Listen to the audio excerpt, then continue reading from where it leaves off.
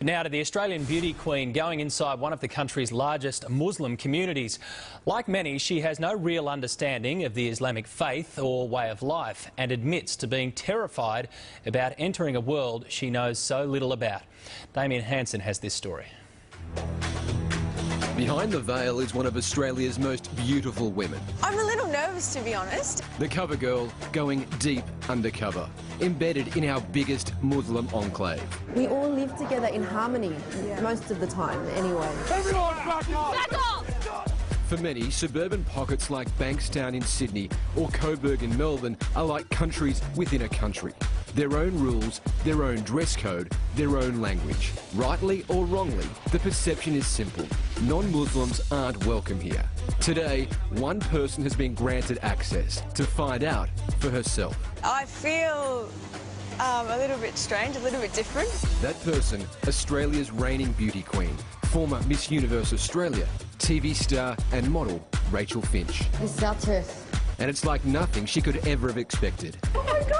I feel so cleansed. Okay, cleansed is a good word. No filming, but can we come in and show Rachel? Don't attempt this at home, kids. This is what it's like. There is no doubt that there are two significant Muslim communities in Australia from a demographic point of view. One is in the Bankstown through to Lakemba area of southwest Sydney, and the other is in the northern suburbs of Melbourne. Demographer and social commentator Bernard Salt. The Muslim community, like any migrant community, like to congregate where people speak their language, where their churches are located, where there is newspapers, where there are supermarkets that provide their food. We've invited Rachel down to Bankstown and live a life in the day of the Muslim community. I'm nervous because I've never done anything like this before. We're just normal people living our lives like other Australians in the country. Today, Rachel will be walking in the shoes of Rebecca Kay, a devout Australian Muslim woman and mother of 4. Were you born here? Yeah, I was born in Australia. I'm an Australian background and I became Muslim about 8 years ago. I found the transition really easy and I found the belief was in my heart. But Rebecca, a former Wollongong surfer girl, has a confession. Before I became Muslim, I was a Muslim hater and I used to listen to talkback radio a lot and have that same kind of attitude, and I used to love saying to people, well, if you're not happy here, then you can go back to where you came from. Believing in God and fearing God has taught me to love my fellow human being again and appreciate people for who they are inside their heart, not their skin colour or the way they look on the outside. On the outside, I'm Muslim, but inside, I'm extremely Aussie. So what you see is not what you get. Rebecca's best mate, Frida, joins them for their daily coffee ritual. Other people probably think that we're just boring, simple. We're black.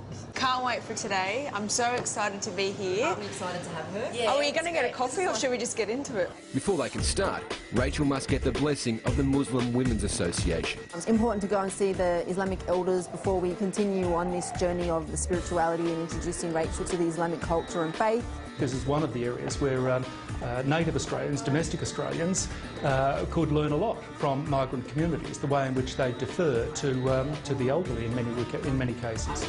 A big part of Rebecca's week is the volunteer work at My Home Respite, a community-based respite centre for children with special needs. It's a board of Muslim women who have decided to start a respite centre for people with special needs. It's just 4 of them and, you know, they still make such a huge difference.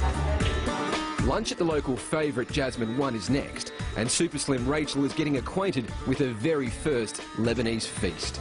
Can I order one fattoush? Yeah, one fattoush. One tabbouleh? Hummus al-lahme. Hummus. Which one? Baba ganoush? Are we going to have fries with that? I'm joking. Outside the Auburn Gallipoli Mosque, Rachel's physical transformation begins, but it's inside the mosque where she feels different, changed. I feel so cleansed. As soon as I walked in, there was a sense of peace, happiness. I loved it. Thank you.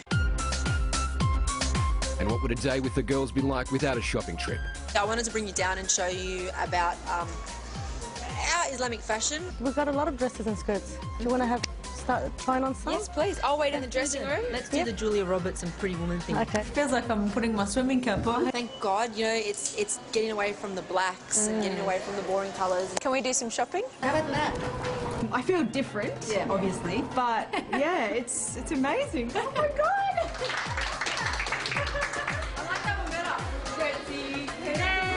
elegant, it's tasteful. You don't do anything without bling. The first day that you wore a scarf when you converted, did you feel weird walking down the street? Yeah. A little bit yes and no, because it's Bankstown and like that's what people, you know, it's not an uncommon thing to be seen with. I've often had so many people comment me on the way I'm dressed saying, oh wow, you know, where did you get that from?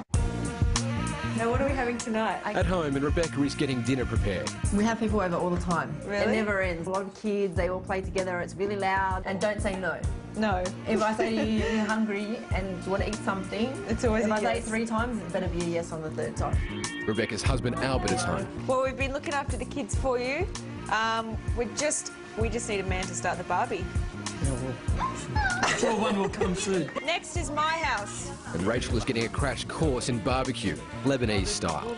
Guys, thank you so much for having me today, and Rebecca, thank you so much for showing me around. It was absolutely beautiful and welcoming me into your home. I wish that everyone could be like you and so warm and open-minded, and you know, we hope that something good comes from this story. I think that the experiment with Rebecca shows that this is very much the way of the future. I think with an open and tolerant mind on both sides, that we can actually fuse something that's quite enviable in comparison with the rest of the world. It was nice to be able to step inside her shoes and see that those stereotypes of Australian Muslim women aren't particularly true. At the end of the day, we're all Australian, no matter what colour our skin is or what we believe in or what our backgrounds are, that, you know, we're all just fair dinkum dinky die Aussies. They're intelligent, they're smart, they're independent, they want a career and they want a family, and to me that's empowering.